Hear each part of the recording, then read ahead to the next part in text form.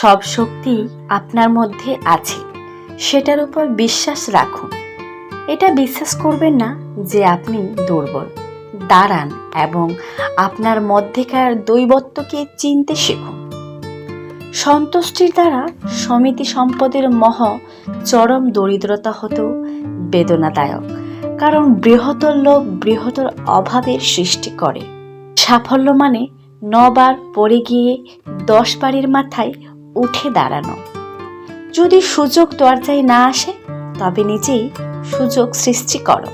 সাফল্যের মূল মন্ত্র হলো, যা আমরা ভয় পাই তার উপর নয়, বরং আমরা যা চাই তার উপর আমাদের চেতন মনকে কেন্দ্রীভূত করা।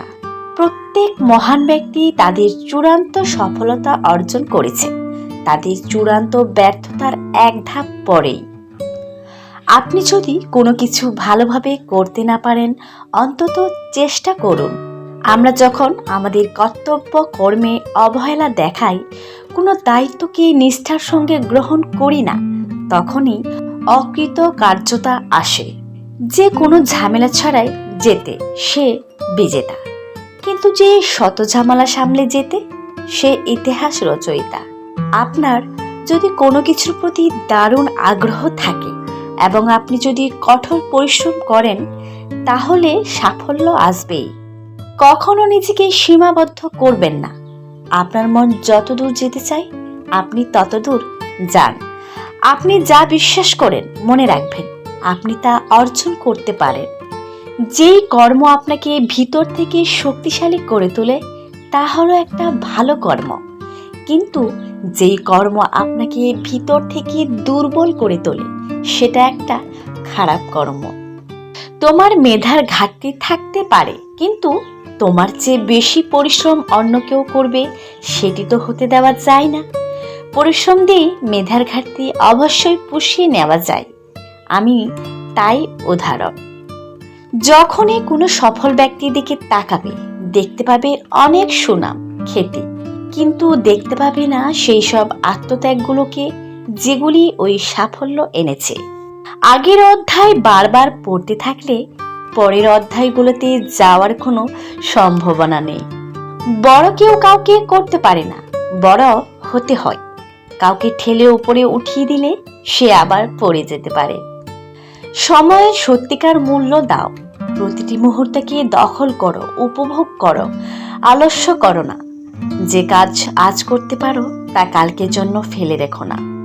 যদি আমাকে একটি সমস্যার সমাধানের জন্য 1 ঘন্টা বেঁধে দেওয়া হয়, আমি 55 মিনিট সমস্যাটা নিয়ে চিন্তা করি এবং বাকি 5 মিনিট সমাধানটা নিয়ে চিন্তা করি। জাতির সবচেয়ে ভালো মেধা ক্লাসরুমের শেষ বেঞ্চ থেকেও পাওয়া যেতে পারে। আশা কখনো তোমাকে ছাড়ে না, বরং তুমি তাকে ছেড়ে দাও। স্বপ্ন বাস্তবায়ন না হওয়া পর্যন্ত তোমাকে স্বপ্ন দেখতে হবে। আর স্বপ্ন সেটা নয় যেটা তুমি ঘুমিয়ে ঘুমিয়ে দেখো। স্বপ্ন হলো সেটাই যেটা পূরণের প্রত্যাশা তোমাকে ঘুমাতে দেয় না। বিরাট পশুপালের মাঝেও শাবক তার মাকে খুঁজে পায়।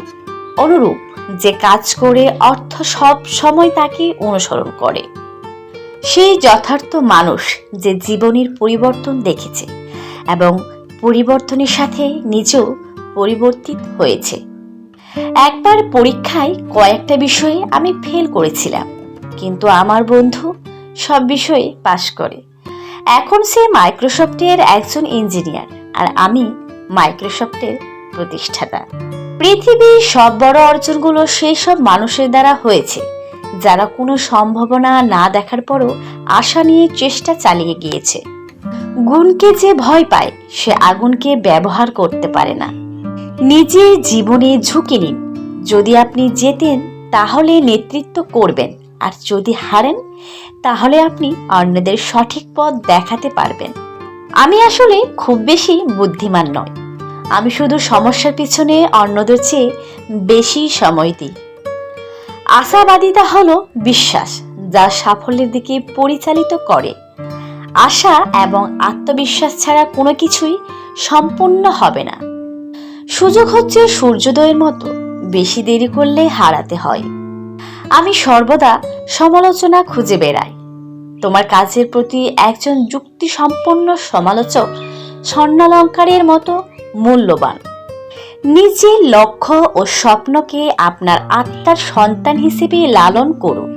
এগুলোই আপনার চূড়ান্ত সাফল্যের নকশা হবে। আকাশের দিকে তাকাও, আমরা একা নই, পুরো মহাবিশ্ব আমাদের প্রতি বন্ধুত্ব সুলভ।